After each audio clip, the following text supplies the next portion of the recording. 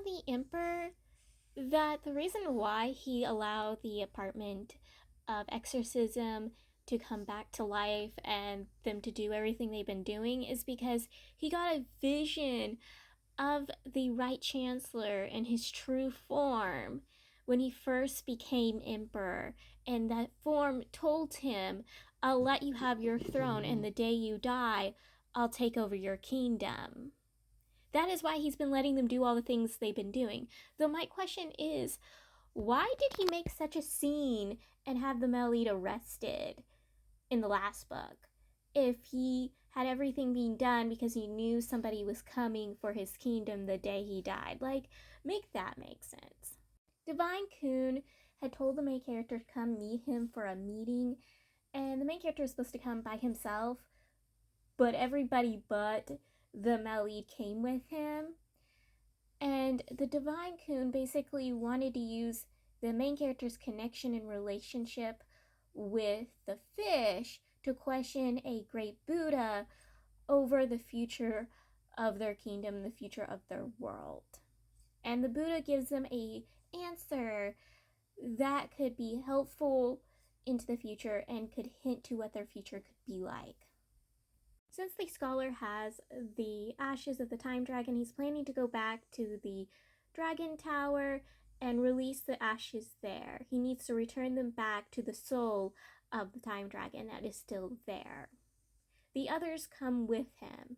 When the shopkeeper had told him about the letter he got with the sword, it had a bunch of symbols on it. Now, he couldn't give them the exact letter because that letter had been burned for heating. So he just tells them what the symbols look like. So they copied the symbols, and on their way to the dragon tower, they're trying to figure out what those symbols are. And they figured that the symbols were copied from something, and those symbols, wherever these symbols are where the artifacts that they're looking for are at.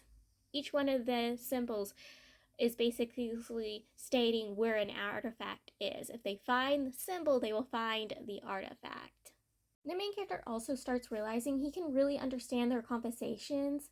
Now, in the past, he really couldn't. He couldn't understand what they were saying, typically what the Melite was saying in these meetings, but now he's getting a better understanding of it. And when he talks with the Melite, he realizes him and the Melite can read each other's minds, or at least know what the other one is thinking. And when he talks with the deer over it, the deer's like, well, the Melite used the heart lamp that is inside him and attached to him to seal away the demon inside of you. So maybe that kind of made a bond and connection between the two of you, and basically made it in a way where you guys are connected, bonded, you can understand each other better than most couples would. And the main character agrees with this. They arrive to the Dragon Tower, and they typically arrive to the scholar's home. They get introduced to the scholar's grandfather, who recognizes each and every single one of them for who they are. Like, the wolf is the wolf, the deer is the deer, the main character's background, who his father is. Like, he recognizes each and every single one of them and basically says hi to them in a funny, cute ways. Like, he's like, oh, you have a talent for archery, but not as much as you do for running. But your partner here is better at running than you are. Like, I was enjoying Grandpa. He is a hoot. Scholar's grandfather tells the Melite some facts. The first fact is that the scholars and the main character's mothers each share the same soul. So the main character's mother is the reincarnation of the scholar's mother, who is also a reincarnation of somebody else. That is how she was able to give birth to the main character without any issues or problems. She did have issues and problems when she gave birth to the scholar when she was the scholar's mother, and the only way to save mother and child was to bring them into the tower and have her give birth in the dragon tower. And that's what she did. And the scholar, he has dragon scales from his shoulders down to his back. Only the main character gets to see the scales on the scholar's back. The Melite didn't know himself that the scholar had scales. He just knew that the scholar was born in the dragon tower. He tells the main character to promise not to tell anybody else because he doesn't want anyone else to know about his scales. Just how the wolf didn't want anyone else knowing that he could transform into a wolf until he was comfortable enough to tell them. The scholar does not know that the main character's mother is the reincarnation of his own mother. He does not know this fact. The main character and the scholar, they go to the tower. The scholar's going to enter the tower by himself and do an era that will basically set the ashes to the soul of the time dragon, and he's basically saying his goodbyes because it's going to be minutes and days for him in the tower, but it's going to be 2 centuries in the outside world. So he's basically saying his goodbyes right now. And the main character, he is upset over this because, again, he doesn't want to say goodbye to his friend. He was hoping to stay in his friend's life, and his friend is basically telling him, nope, I am going and I won't be seeing this world for another 2 centuries. Like, the main character is upset, and I was upset too. I'm like, don't leave me. You're supposed to stay in the series. Stay put. Like, don't abandon me, my waifu. Please don't abandon me. Like, I was saddened. Like, I was freaking out just as much as the main character was, because he was also not saying goodbye to any of his other friends. They still had a mission to do together, and he's like, you guys don't need me for the mission. I'm like, yes, they do. They need you, honey. They need you. Before we gotta continue, I gotta explain that I misunderstood or was confused or was wrong about something.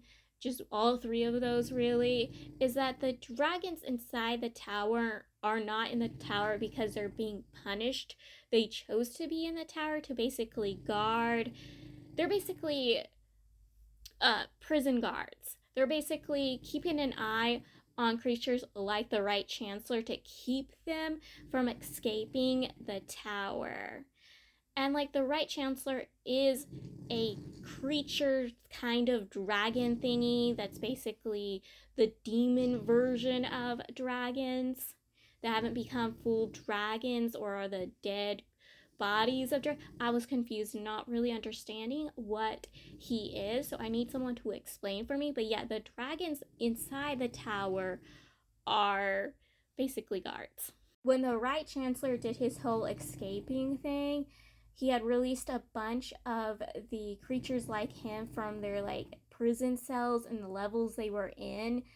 And then he also implanted creatures, parasites inside of each of the dragons that were guarding the tower outside of the time dragon, and he killed the time dragon, stole the time dragon's powers, and escaped.